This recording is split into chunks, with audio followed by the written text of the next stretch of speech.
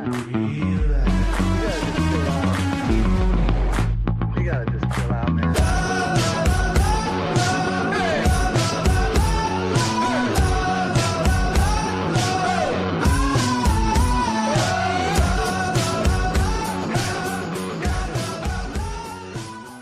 Pittsburgh Steeler fans, welcome back to another episode of the Scho Bro Show. This is Steel Curtain Network editor Dave Schofield coming at you. It's Tuesday night. It's a little bit after 9 p.m. Where else you going to be as a Steelers fan? I mean, there's not really anywhere else to go right now. And with me, as always, except when he's not, is my big brother Rich. Big Bro Scho. How does it go?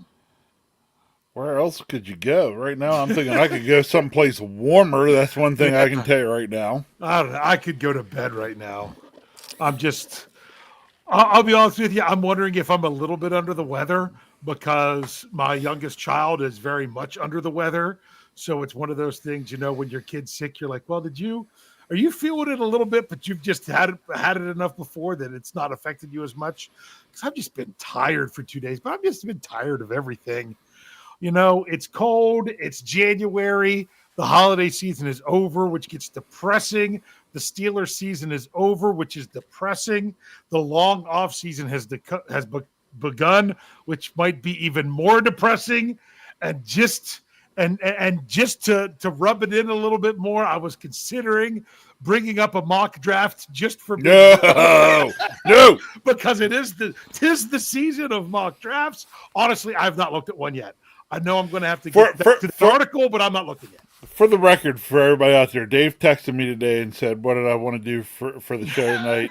And I said, I'm up for anything as long as we stay off that one dreaded topic for this time of year, mock drafts. So it's funny because, like Wes says, he says, Dave, I'm not that depressed our season's over. I am. The Steelers could go 3-14. And I'm still going to watch every game because I love football and I love the Pittsburgh Steelers. Therefore, I love Pittsburgh Steelers football above everything else, even when it's not the greatest I mean, my goodness, I was raised on Mark Malone and Bubby Brister.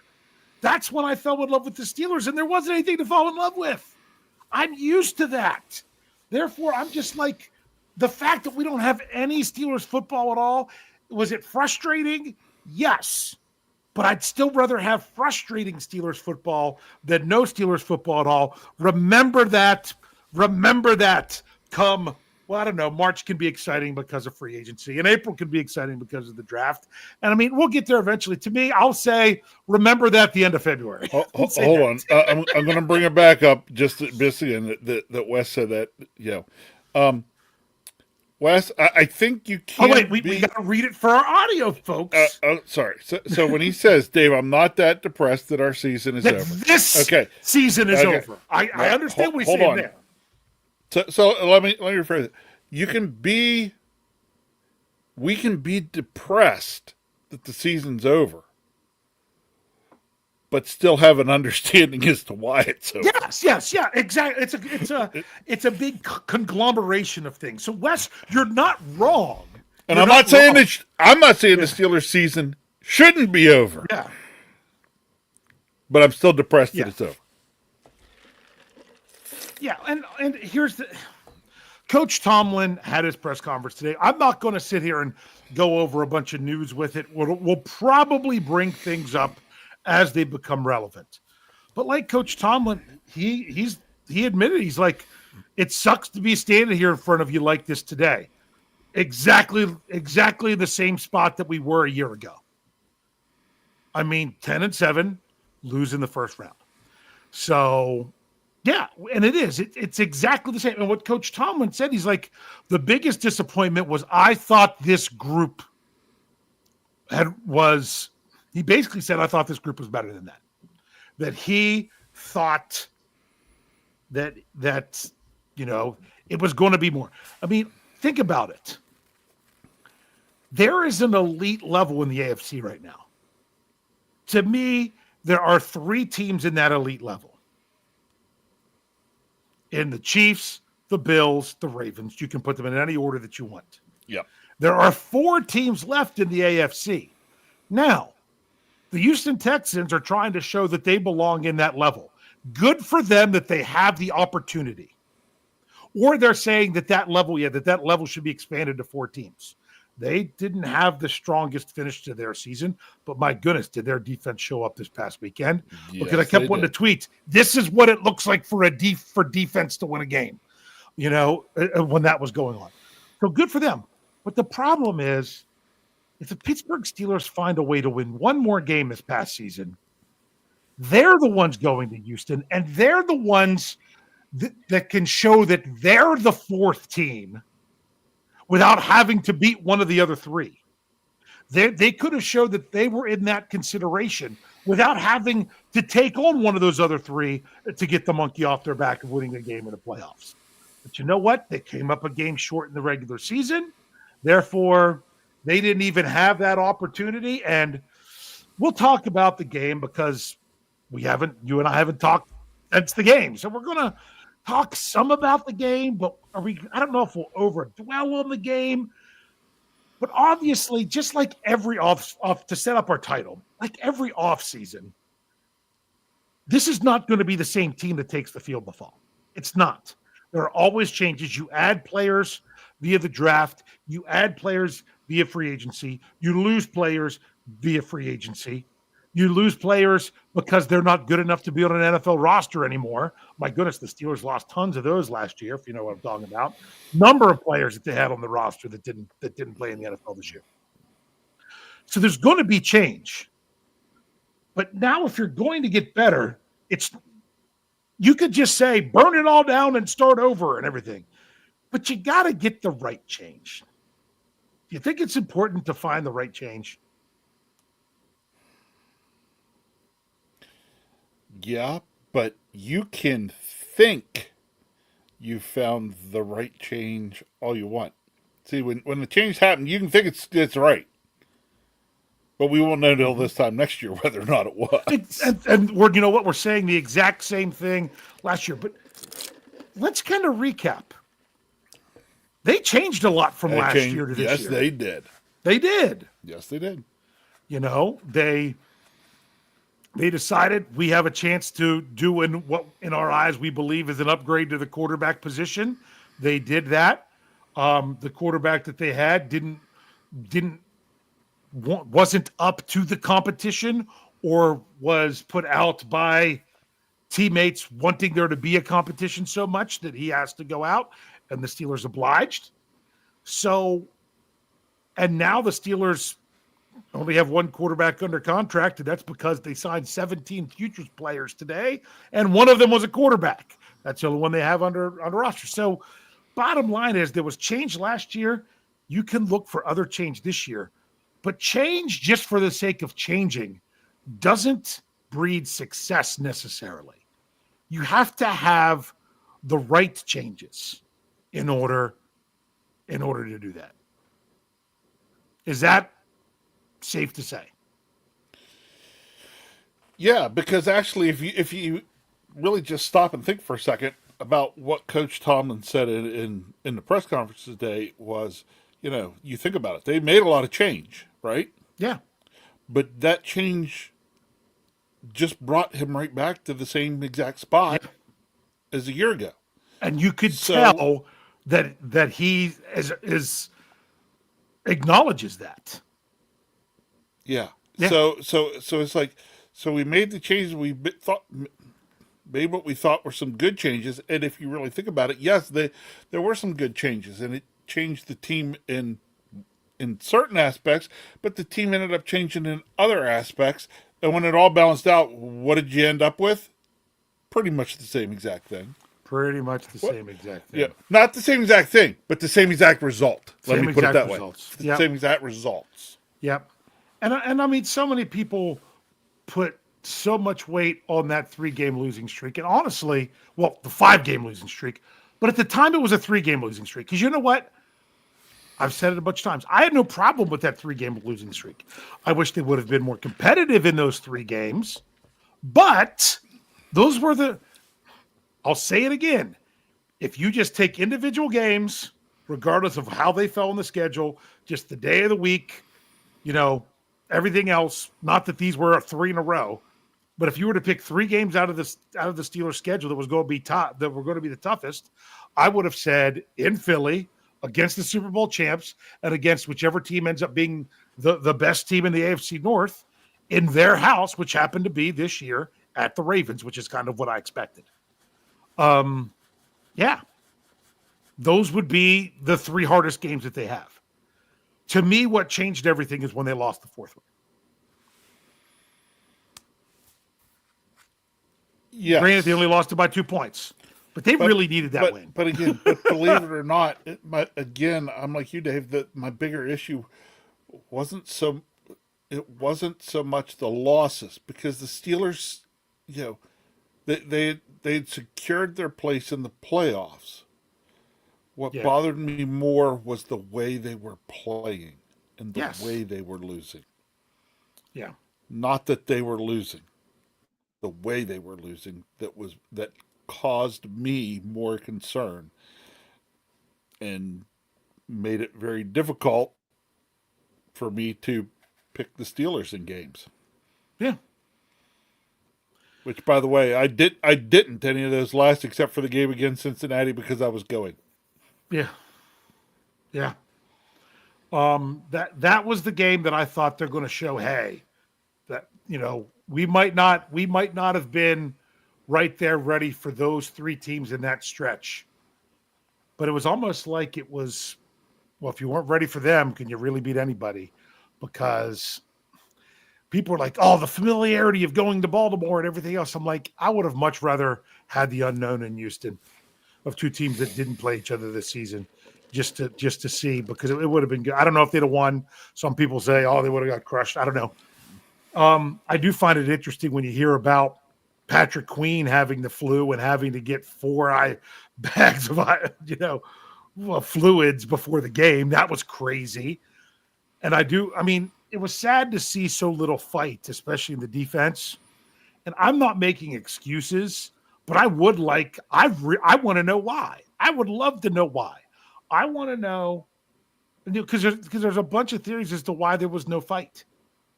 Or so little fight, maybe I should say, in that defense. Yeah.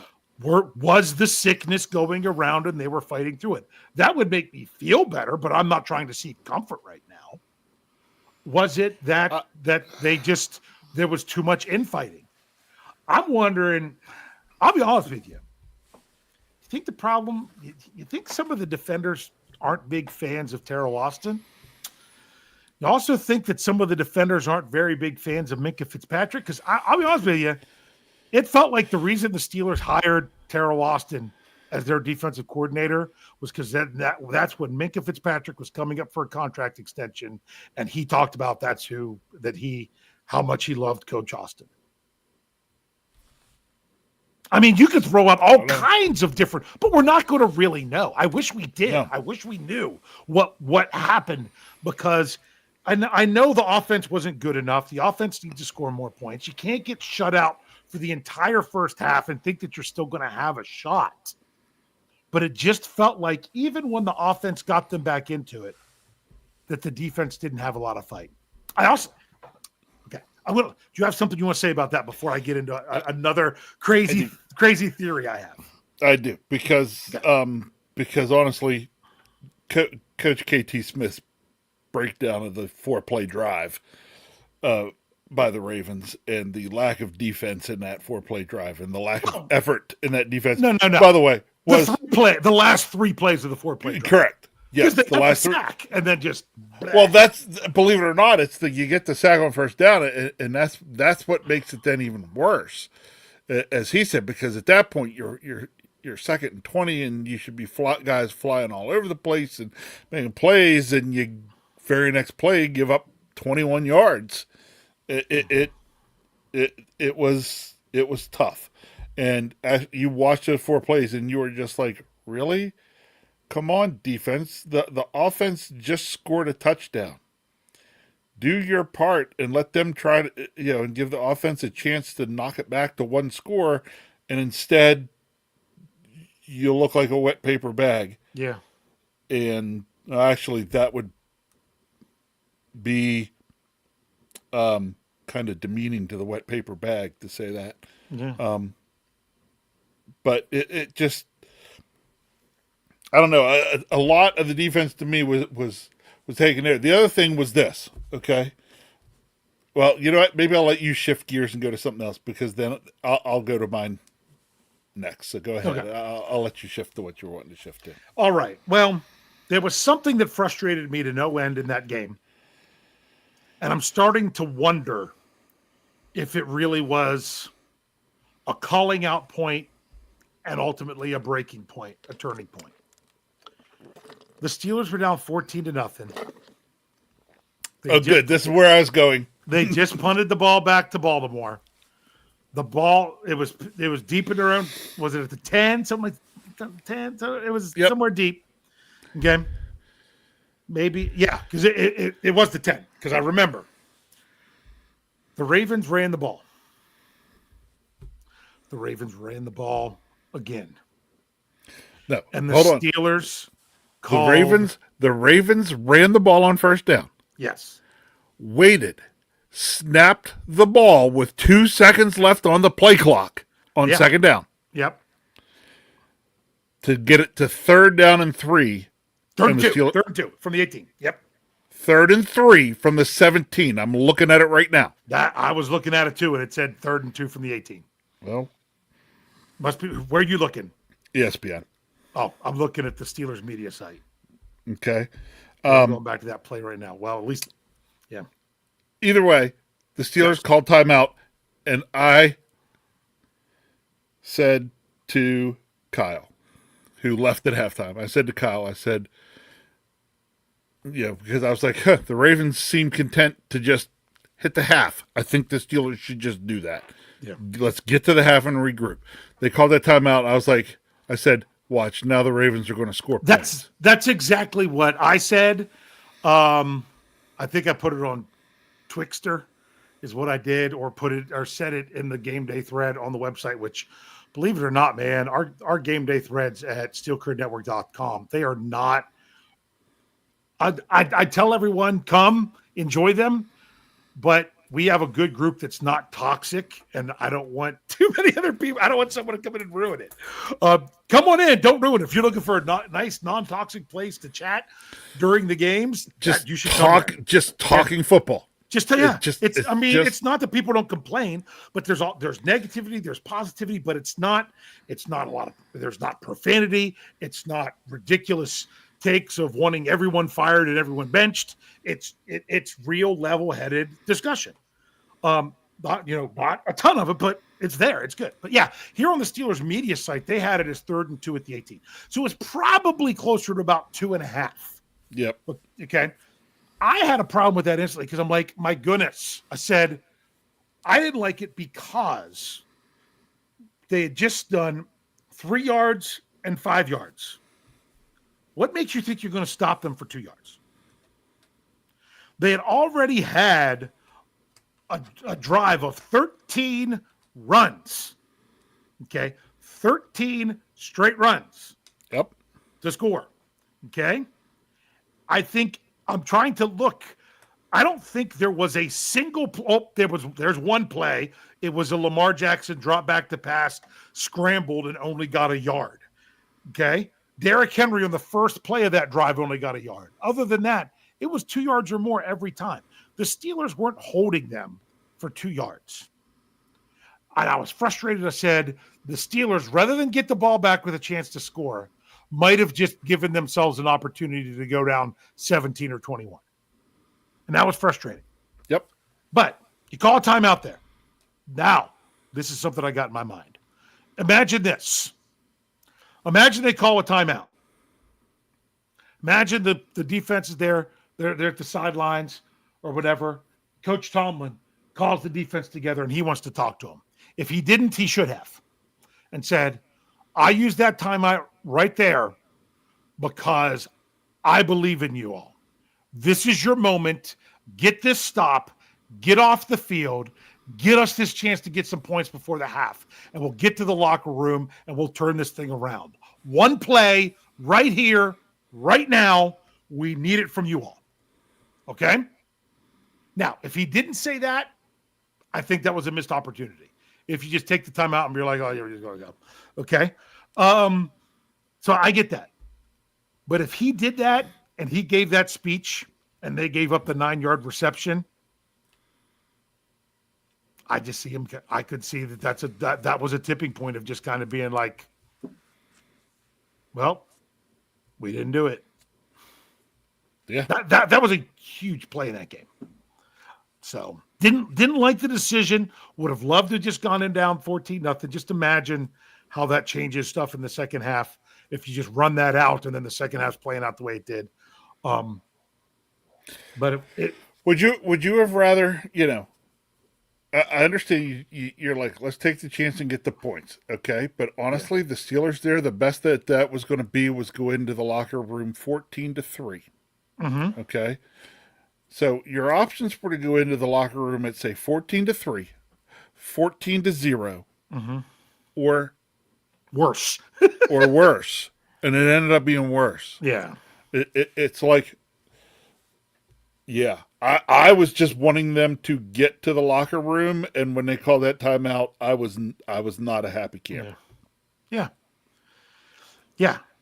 I mean, if they would have made that one stop right there, where that's saying, I believe you will get this stop. So honestly, just imagine how Steelers fans might have reacted if they didn't call the timeout and time runs down and they just let it basically, on 3rd and 2. I mean, that would have run it down, take 40 seconds. It would have been off 30 seconds. Maybe the Ravens would have then tried to then start to really take a shot with 30 seconds left. But if they did, they were probably only going to get maybe a field goal. And here's the other thing. When they got that touchdown, how close were they to getting a sack? If they get a sack they get no points. That'd have been huge. Sorry. They would have been under 30 seconds. Yeah. Under 30 seconds if they just waited and run that third down play. Well, even if Baltimore converts that third down play, they're probably not going anywhere and not trying to get any points. It was that the first half had been so terrible. Mm-hmm. And what made you think the offense could have even moved the ball enough there at the end of the half to even get a field goal? Right, they hadn't crossed midfield. They'd had 59 total yards. Yeah. Well, 60. Then they took a knee for one to make it 59. Yeah. They'd had 60 yards total. It's like everything was against you there. They should have, to me, they should have just hit the locker room. Yeah. But I mean, so what they do, they get the 9 yards. Then first down, they get 25. First down, they get 4. Second down, they get 20. First down, they get 19. Then they're first and goal at 5. They spike the ball on first down, and then get their touchdown on the. I mean, my goodness, it just seemed like too many times the Steelers got hands on Lamar, but just couldn't get it done. And that was a play that I thought, my goodness, if they could have got him on the ground, I mean, they couldn't have lined up and spiked it in time. It would have been like last year when the Ravens at the end of the first half were ready to score and they thought they drew the Steelers offside, and instead they snapped the ball on 4th down, didn't convert, and didn't get any points. If they'd have been down there ready to go and the Steelers could have had a sack to keep them from scoring it all, that would have been really, really big. But ifs and buts. Instead, the Steelers, their season's done. It is. And honestly, Coach Tomlin said it well today. He says they were the better team. And it what was his exact quote? Hold on. Let's see. I'm trying to find it. Because they had it. Okay. They were the better team, and it's not comfortable to say that, but it's true. That's what he said. Yeah. So, yeah. Yeah. I don't know. I wish there were more answers. Hey, we got a super chat. Yep. Let's get to it.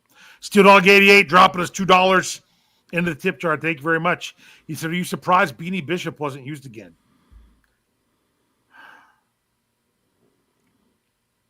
Honestly, you want to know the truth? If this was really about the run game, I'm a little bit surprised it was Beanie Bishop and there was so much Cam Sutton. Let's go ahead and talk about this now because someone else brought it up there because Yep. that's a great question.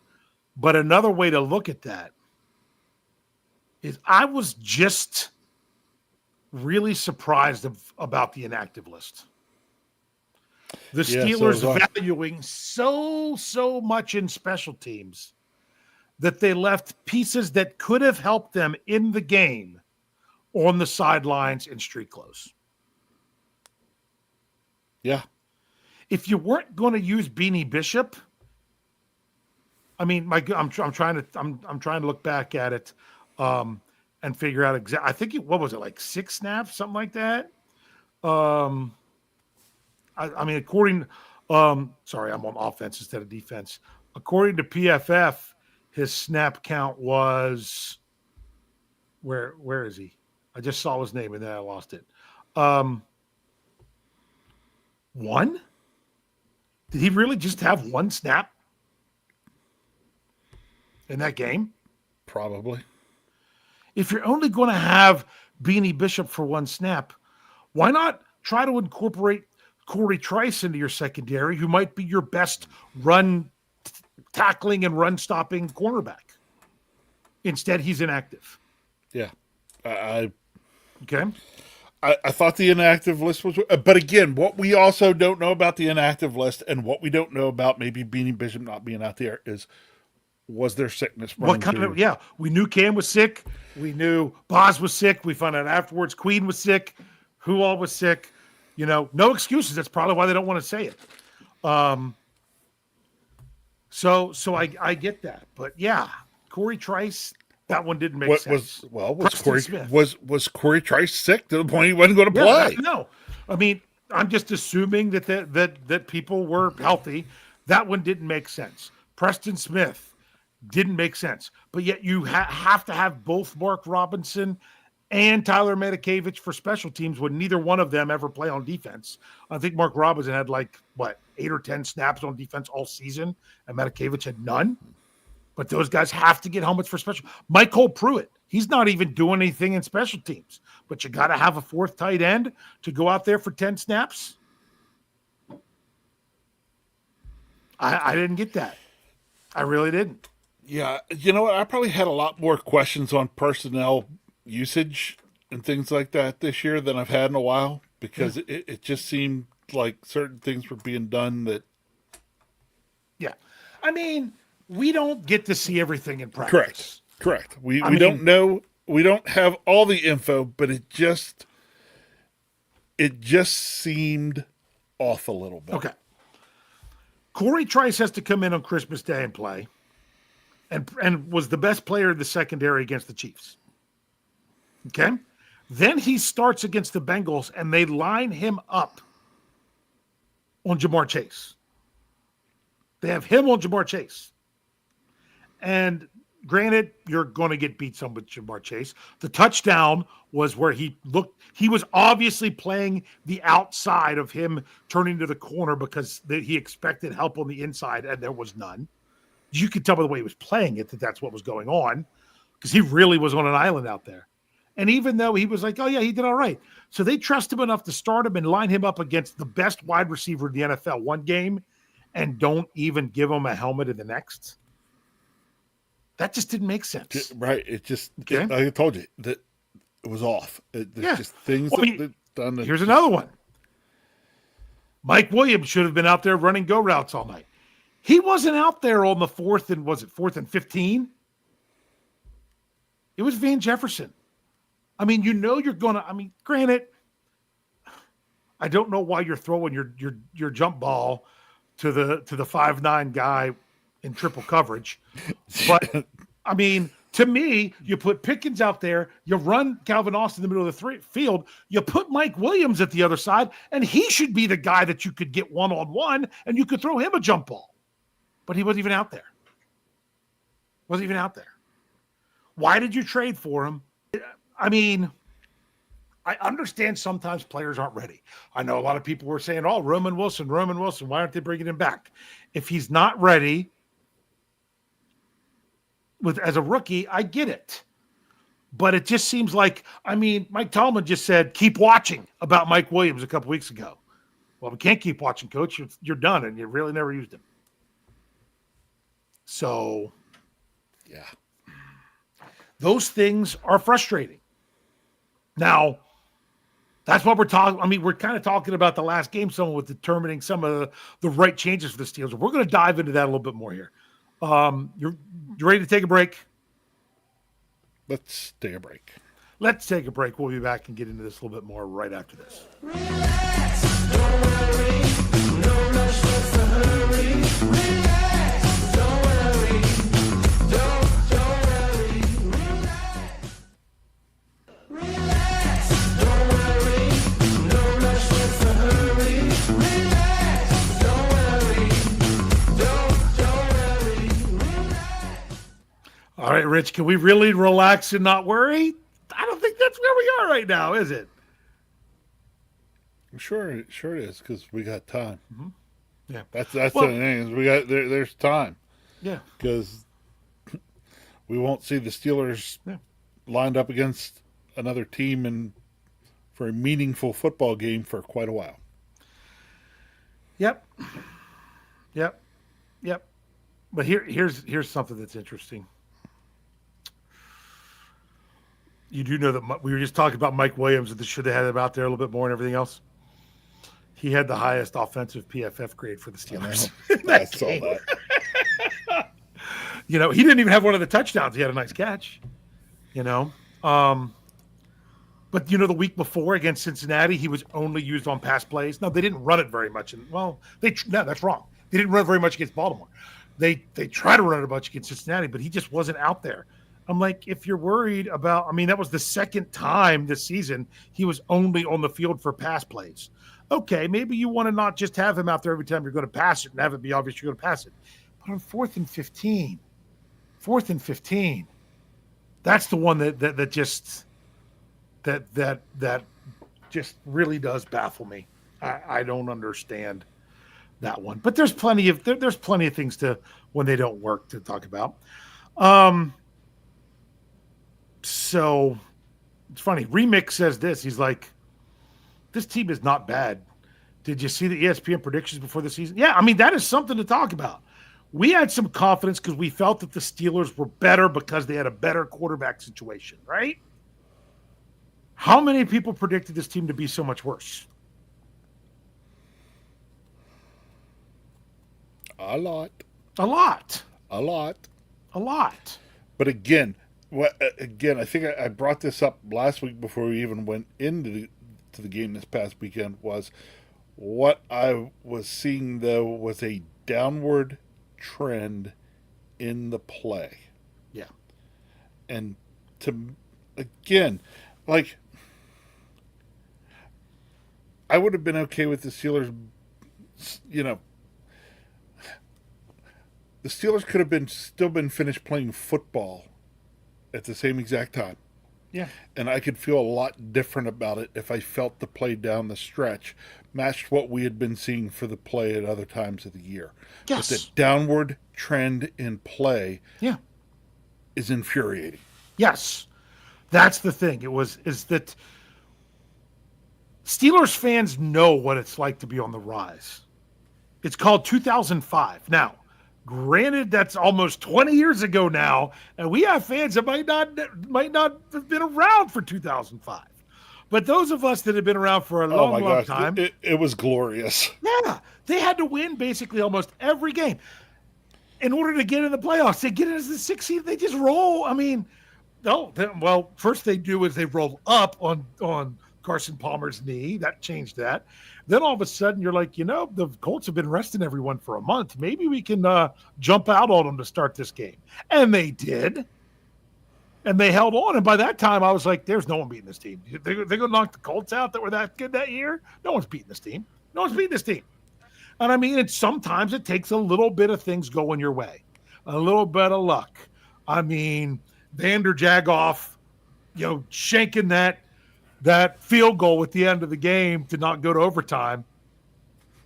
I mean, sometimes things just have to go your way in that way, in that regard. Even before that, the fact, Ben with the tackle on Nick Harper was Yeah, because Jerome never fumbles. But honestly, the thing that could have been the most frustrating in that game was the obvious Troy Polamalu interception. He catches the ball, rolls over. If he stays on the ground, it's an interception. He goes to get up, and his knee knocks the ball out of his hand, and he jumps back on it.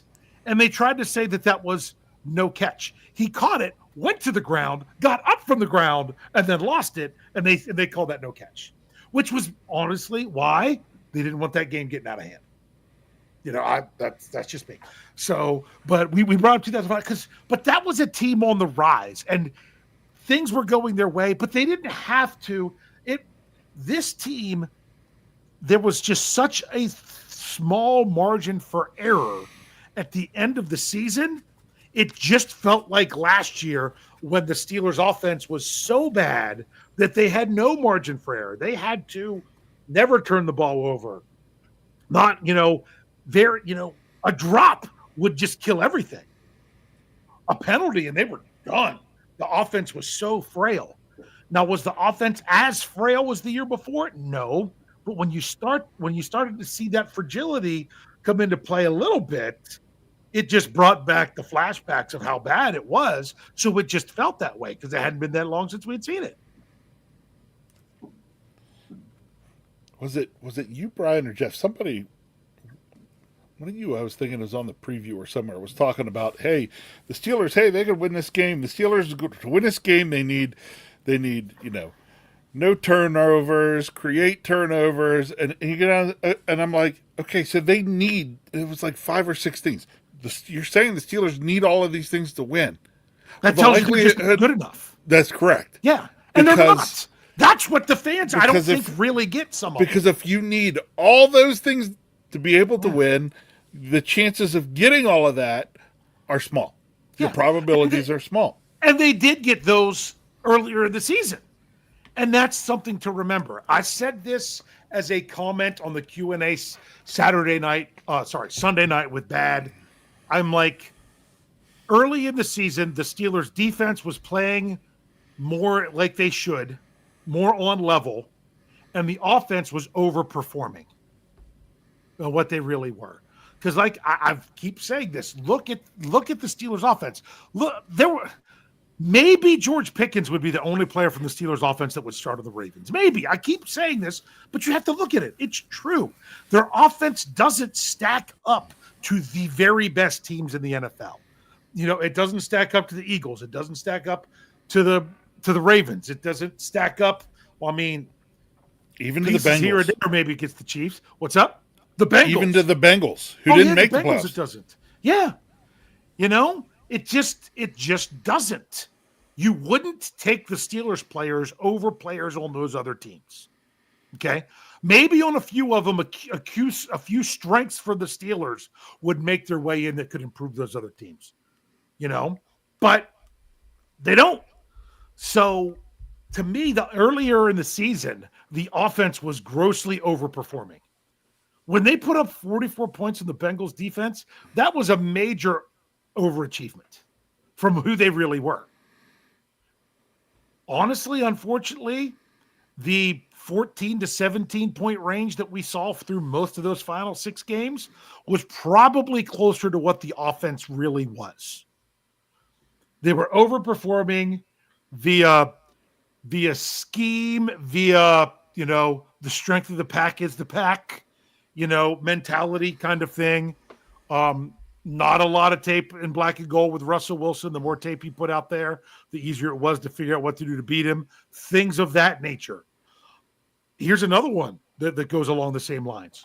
Boy, was I dead wrong when I went on a Philadelphia sports podcast show and said, George Pickens being gone isn't going to help the Steelers against the Eagles.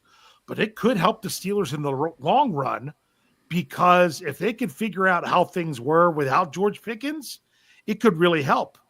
You know what it seemed like? it seemed like all it did was show other teams what the Steelers could do without George Pickens, which is not very much, and then realize all you got to do is take that away. I think it actually hurt the Steelers trying to have an offense without George Pickens because it showed how much they depended on throwing him the moon ball and him making a great play. So that's not the way I thought it was going to be, but boy, that seems how it turned out. That by the end of the season, the offense was probably more on level of what they really were, and then the defense was underperforming. And I was ready for the defense to bounce back when people started to get healthy. And they honestly, I still think they had a bit of a bounce back against Cincinnati. That's why Baltimore was so disappointing. Yeah. So disappointing. Something from that game I want to point out to you. People were criticizing TJ Watt for guessing wrong and kept on tackling Derrick Henry when Lamar Jackson was keeping the ball. I know Mark Madden talked about that. It just goes to show that you've probably never put on a whistle before or even played the game at the high school level. Yeah.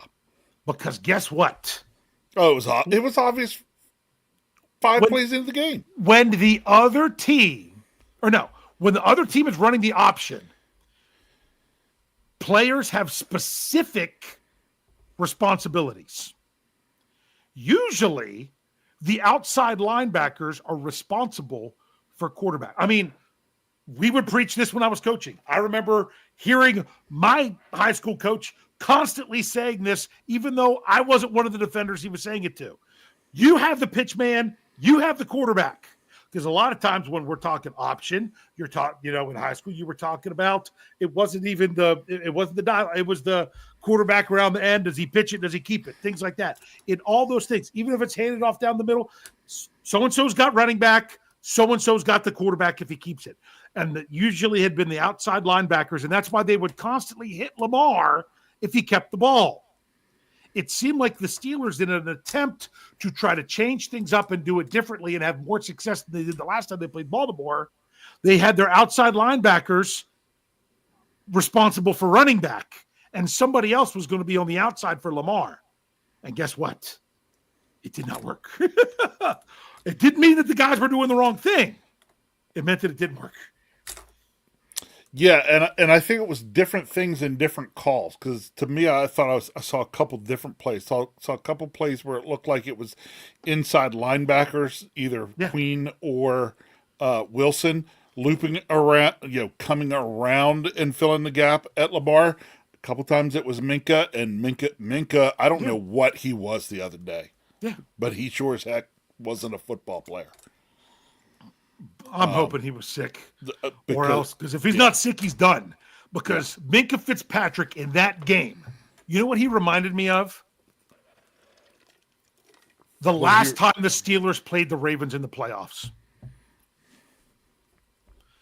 Remember the last time the Steelers played the Ravens in the playoffs? It was in Pittsburgh, and I was there. It was in 2014, right? It's been that long. I'm not missing one in between. There might have been, if there was one in between, I'm sorry I messed that up. But I'm pretty sure it was the last time the Steelers played the Ravens in the playoffs. Whose last game was that? The last game of the great Troy Polamalu. And I was at that game, and I watched Troy Polamalu, who had missed a bunch of games with injury, coming back, and I saw him out there, and I said to I guess he's our nephew-in-law, I guess the way to say it, our niece's husband that went to the game, I took to the game, and I said, Troy's just out there. If Troy can't beat Troy, they're better off having somebody else. Because he couldn't do Troy. He wasn't doing Troy things. It was really sad to watch that game because you could just see he was done. No, I'm not saying Minka's done, but that's what it reminded me of. Yeah. That's what that performance in the playoffs reminded me of. A safety that just didn't have it anymore. So, which was sad. So, yeah, but you're right. I don't know what Minka was doing. But I was just saying, if you're constantly seeing the outside linebackers tackling the running back when the quarterback's keeping the ball, it's not that they guessed wrong. It's that was their responsibility on that play call. Yeah. So you just got to remember that. So you have to when you're playing a team, whether it's in the option like you were talking about facing in high school or the RPO. Again, we talk about everybody has a responsibility, everybody has a lane, everybody has a job to do. Are they doing it?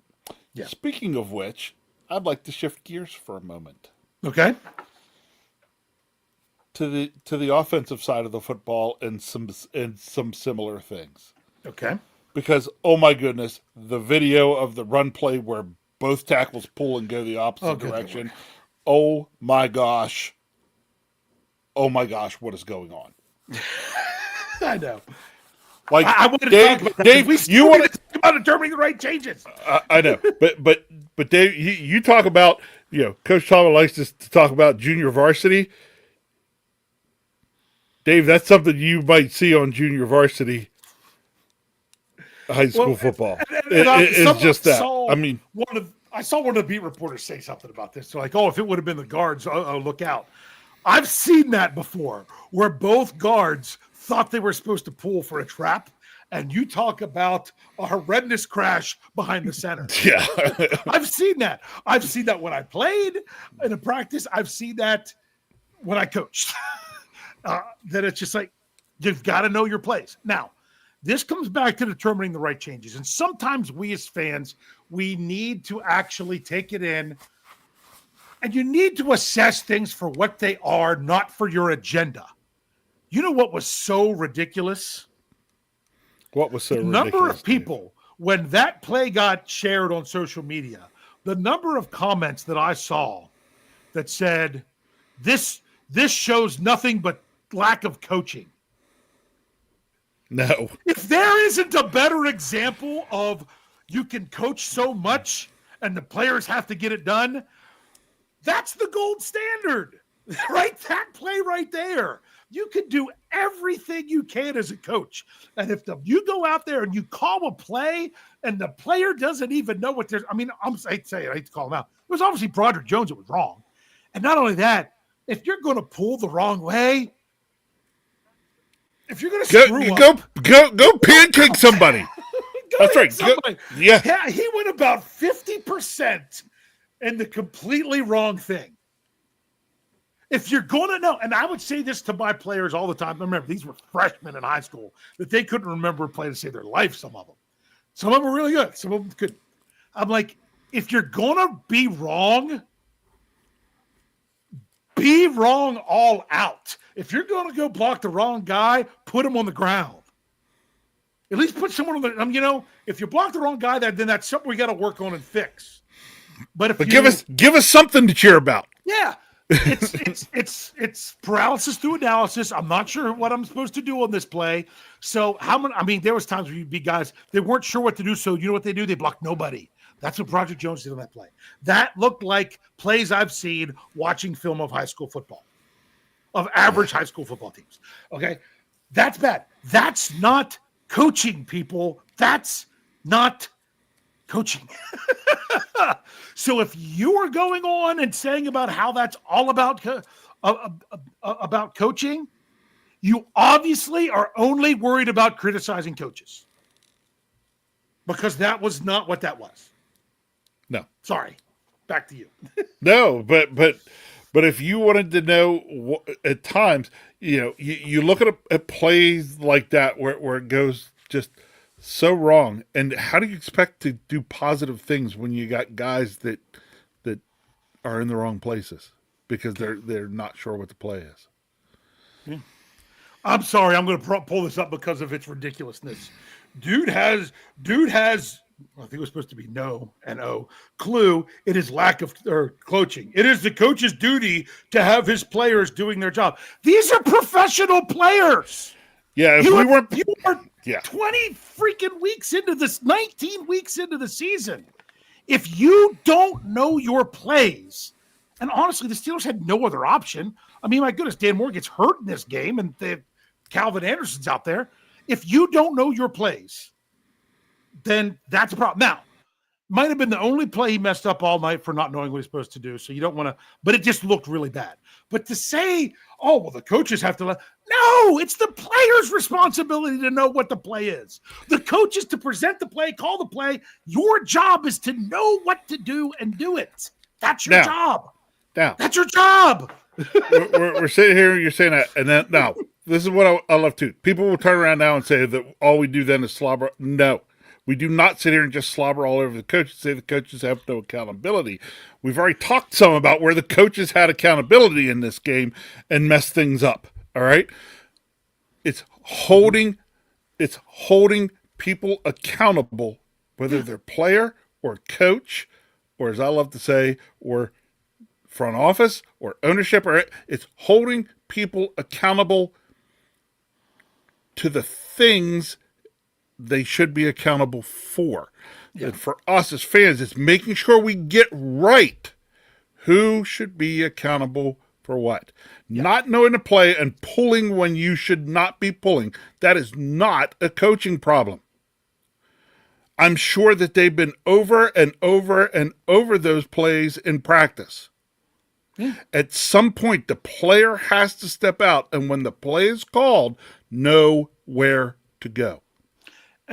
And from somebody who called plays, granted on the high school level, if you run a play like that in practice and the player's constantly not doing it right, you know what you're going to do?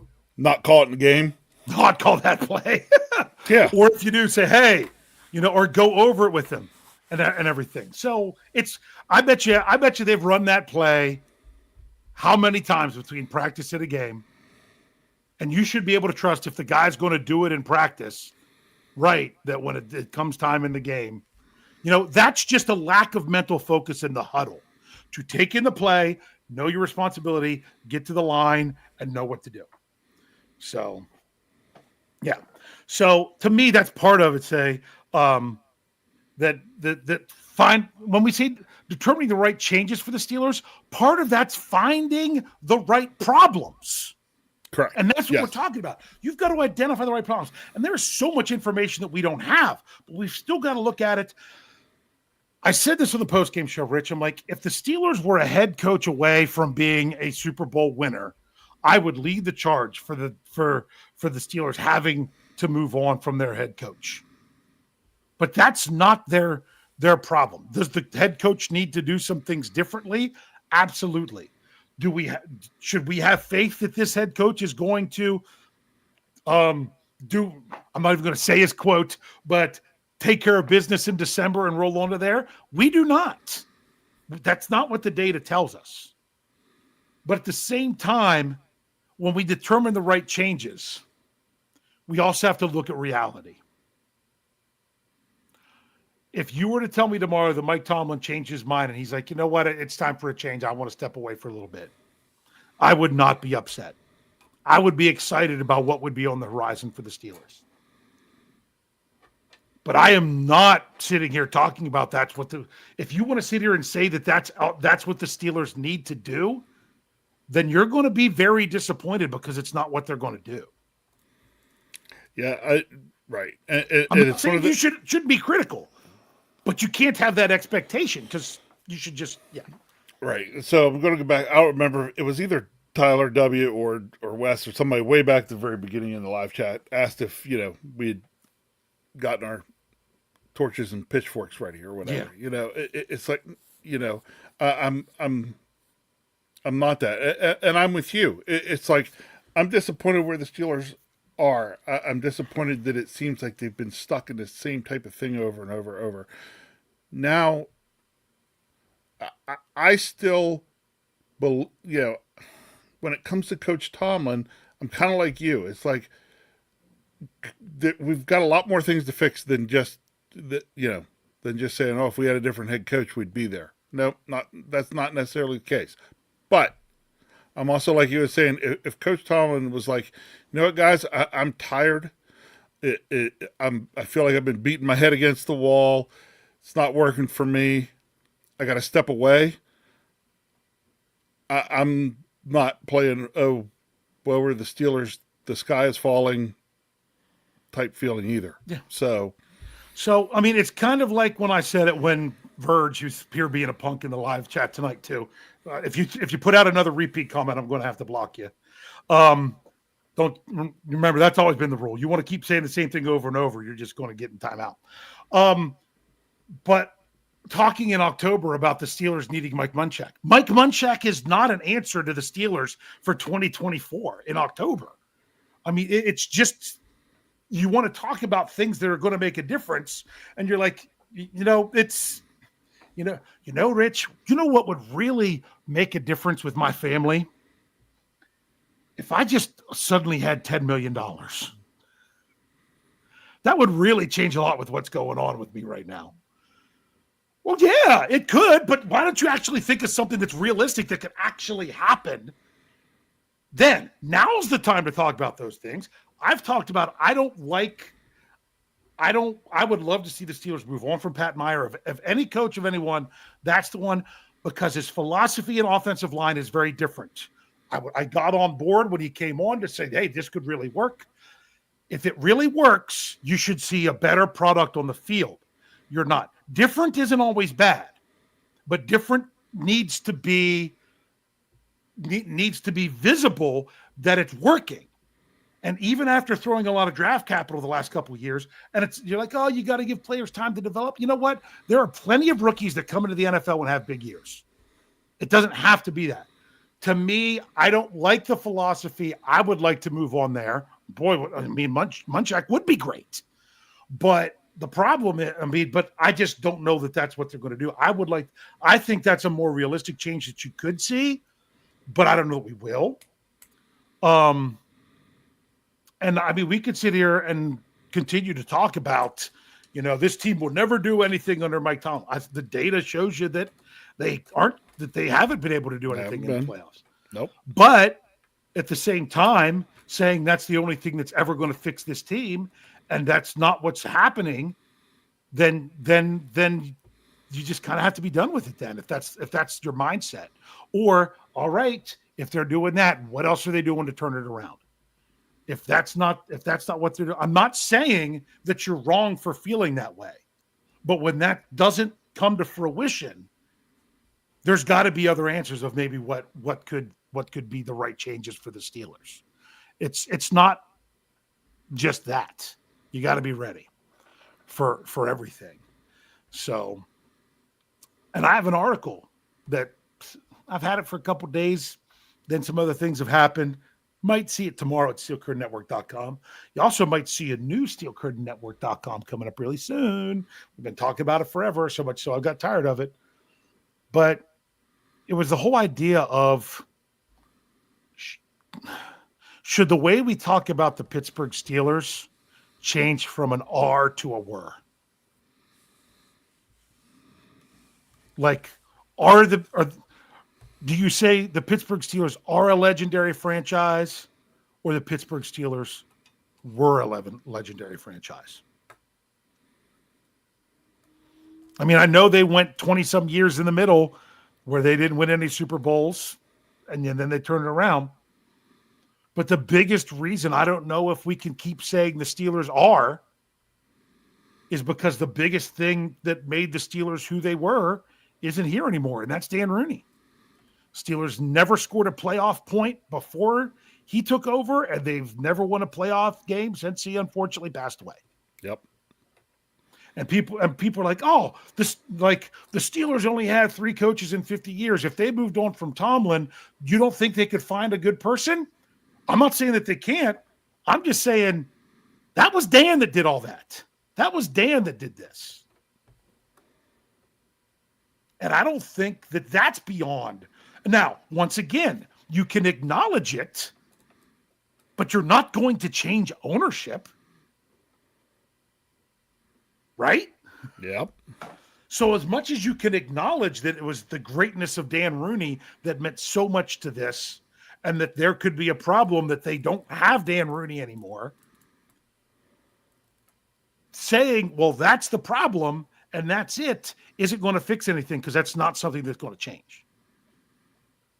So My biggest thing with determining the right changes, it's not even what are those changes, is it set is much as you have to acknowledge changes that can and can't be made. Like you can't just say, well, they have to draft a great quarterback this year. Even if they move to the top of the draft, I don't know that there is one. Yeah. They've got to sign a great quarterback in free agency. Don't know that they have one out there. That's why I like what there's Coach one Tomlin in- said today. We've got to look at the quarterback position throughout with everything, not just our guys, to determine what's going to be best. And that's part of it. The draft sucks for quarterbacks this year. Free agency doesn't look like it's going to be a lot for quarterbacks this year.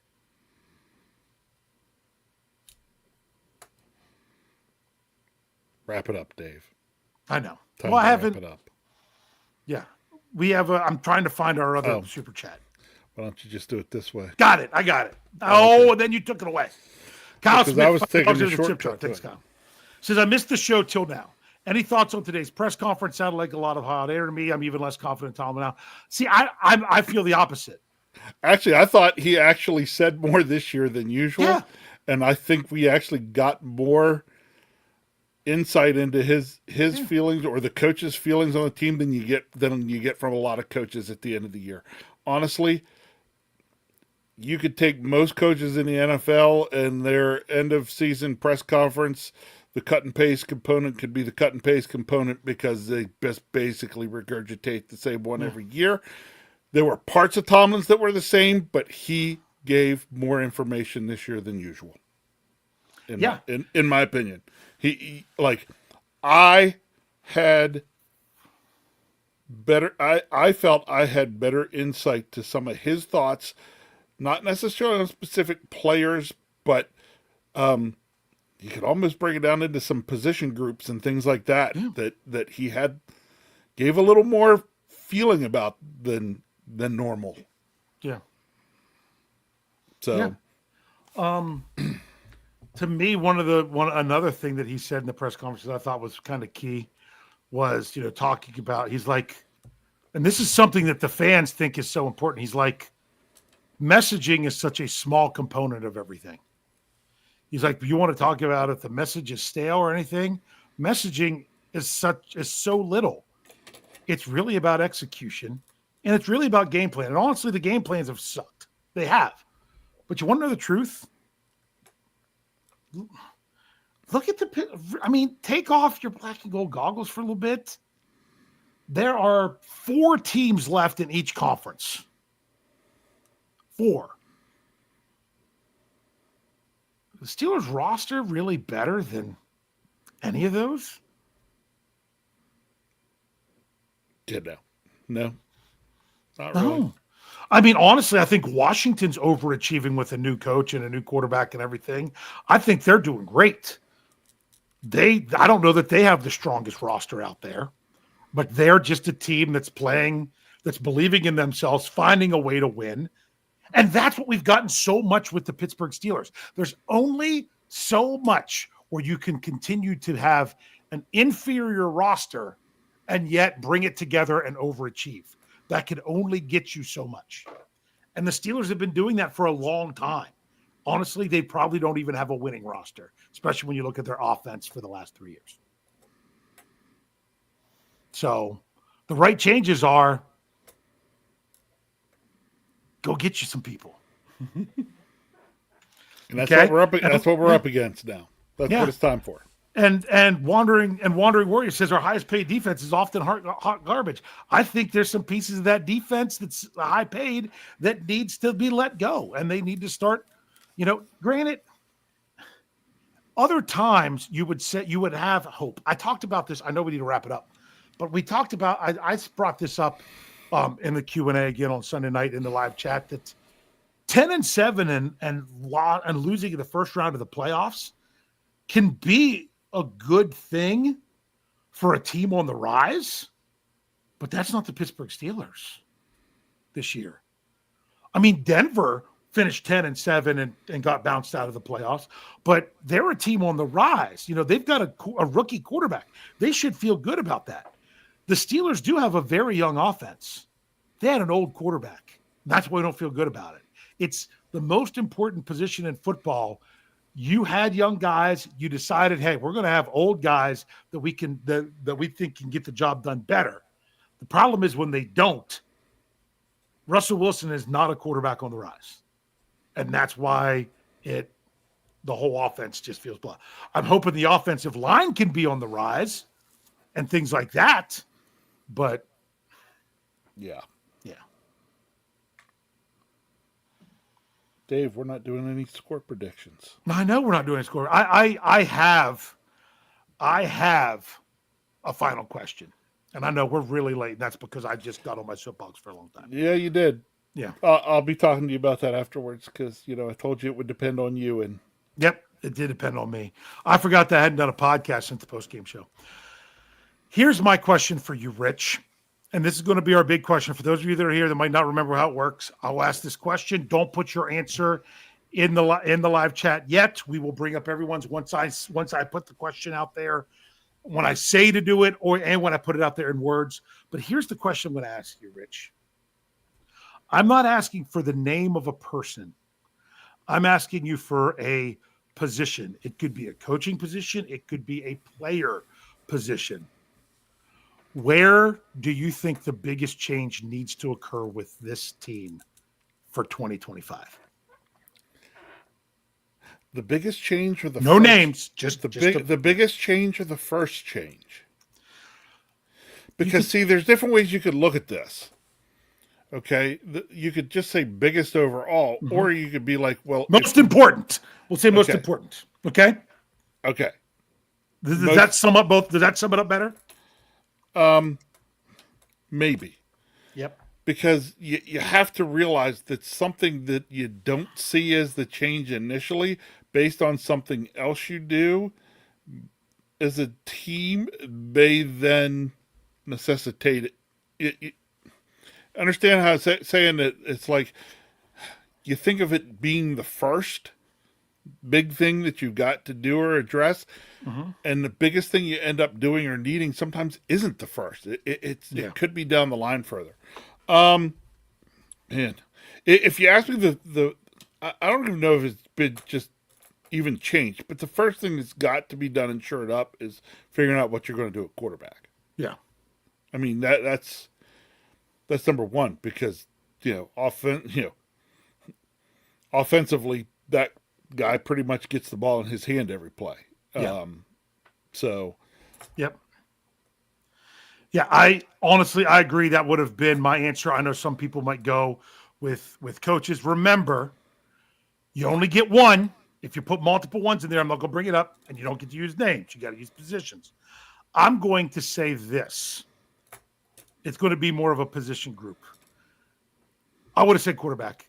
You need to get your offensive line going in the right direction with as much draft capital as you put in it. yeah, Okay? yep, That's what you got to do. To me, that I would say quarterback, but since you said it, I get to then have the second one. People were already jumping in. They're like, shoot, I hit it too soon. You ready? Now is when you can say it. Okay. The most important change. Some people I know some people are going to go with coaching. Some people are going to go with a position or a position group like I did. But obviously you've got to change something. Mr. Woodside, he's got it. He's like D-line. Okay. I can see that. I could understand why you would say that. Yes. Yeah. Jedi 417. Nice name, by the way. O-line coach. I'm okay with that. Kathy Ford says quarterback. Okay. I'm going to give this one because although it uses the thing, John Walter says a modern NFL offense. So in other words, the biggest change the most important change is offensive scheme. Okay. Scheme and philosophy. Okay. Scheme and philosophy. Okay, I'm okay with that. Steel Dog 88 says wide receiver coach. Okay. Mark Tobin says philosophy. I'll take that. Yeah. That's good. Okay. James Tresvant says left tackle. Okay. Doug P is something that I thought a number of people were going to say head coach. Okay. I'm just saying that, which is fine. I'm just saying if that's the most important change, you're probably going to be disappointed. More than likely.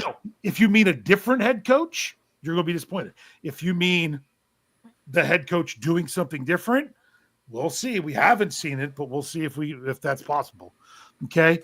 Outside Steeler fan says DC, and I'm not reading the rest of it. Okay.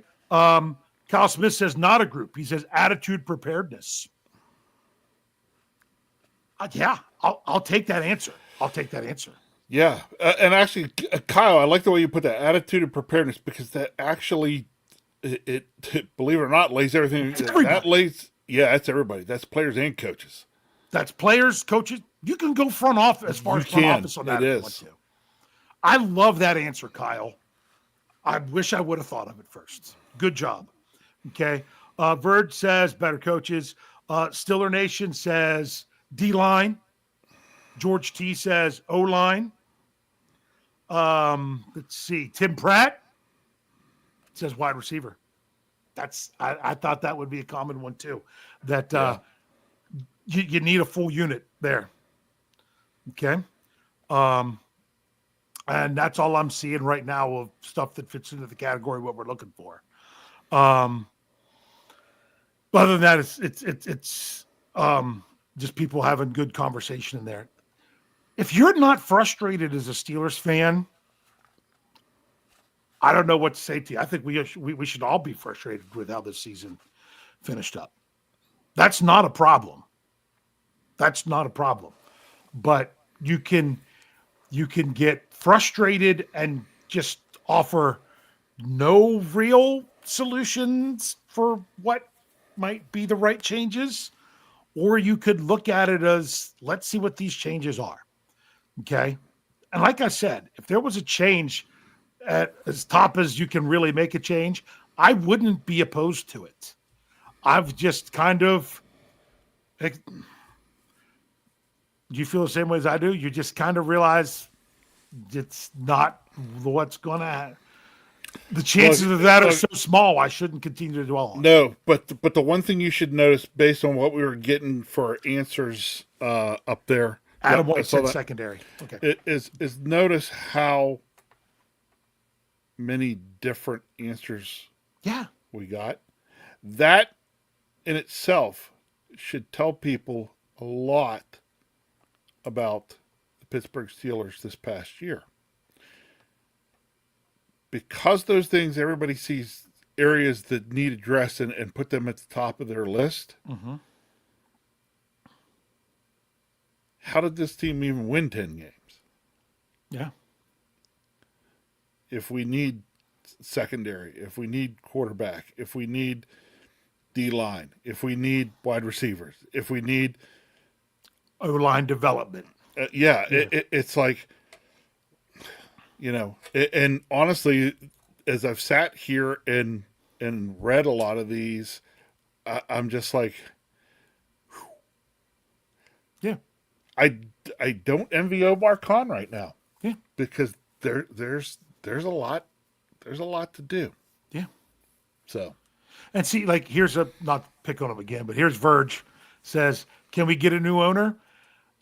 That just goes to show not actually coming up with a viable solution, with a viable, if the only thing that's going to make you happy is a new owner and a new head coach, you're probably not going to get either one of those. You're probably not. So you could be upset about those things, or you could just expect more. I expect more out of AR2, and I expect more out of Mike Tomlin. Give me more. If they're not going anywhere, give me more. Some people want to see Arthur Smith gone. I'm fine giving him another season, but I want to see more out of him. Okay. It better be better. Like, yeah. What we got this year was not good enough. Yeah. If you stay and give us the same, we're going to run you out of town on a rail. Yeah. It's there's going to be change.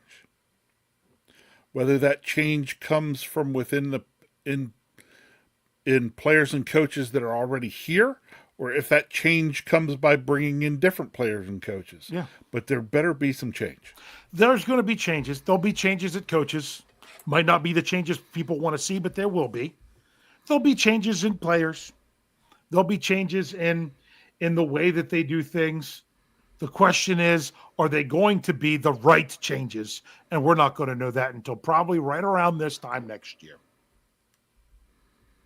We all have an opinion, but ultimately and that's why we're going to tune in the offseason. And that's why we'll pay attention to free agency and the draft and see what's going on in OTAs and be ready for training camp and hopeful and tune into the games next year, because we want to get back to this point right here and have it be better. Think about how many times it's not. I mean, my goodness, look at the 49ers that made it to the big game last year, didn't win it. All you want to do is get back there to make it be different, and look at how they were nowhere close to it. So hopefully we're not sitting in that kind of situation. But if we are, then it's a whole kind of different change for the next time. Yep. With that, hey, we're going to continue to bring you all the podcasts. We're going to continue to have everything at Steel Curd Network. Big Bro, or the Scho Bro Show, will continue to run over constantly, and we'll continue to ask Rich for his final thoughts.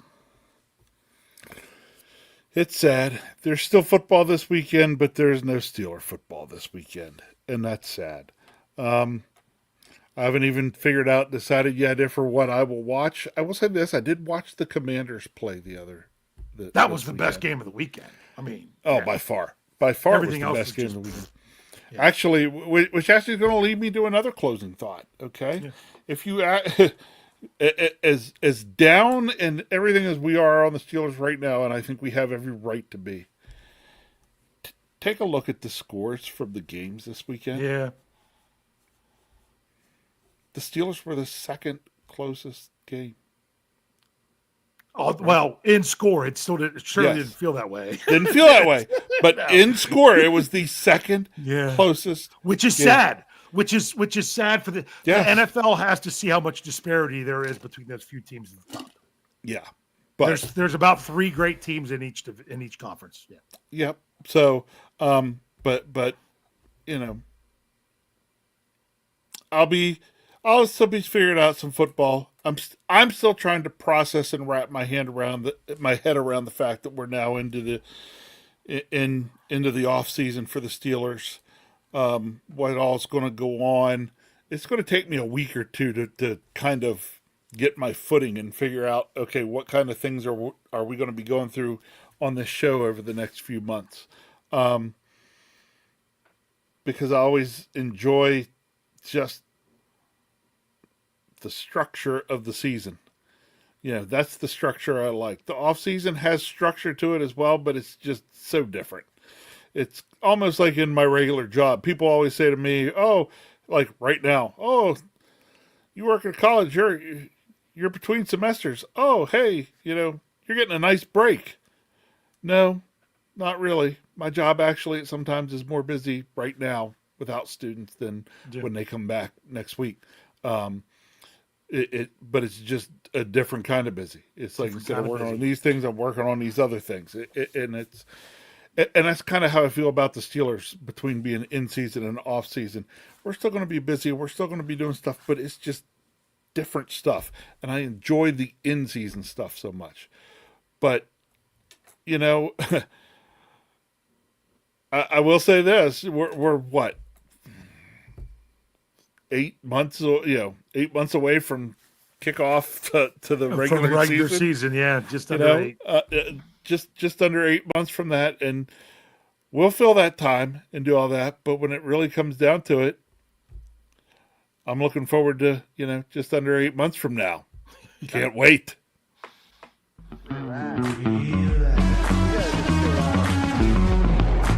You gotta just chill out, man.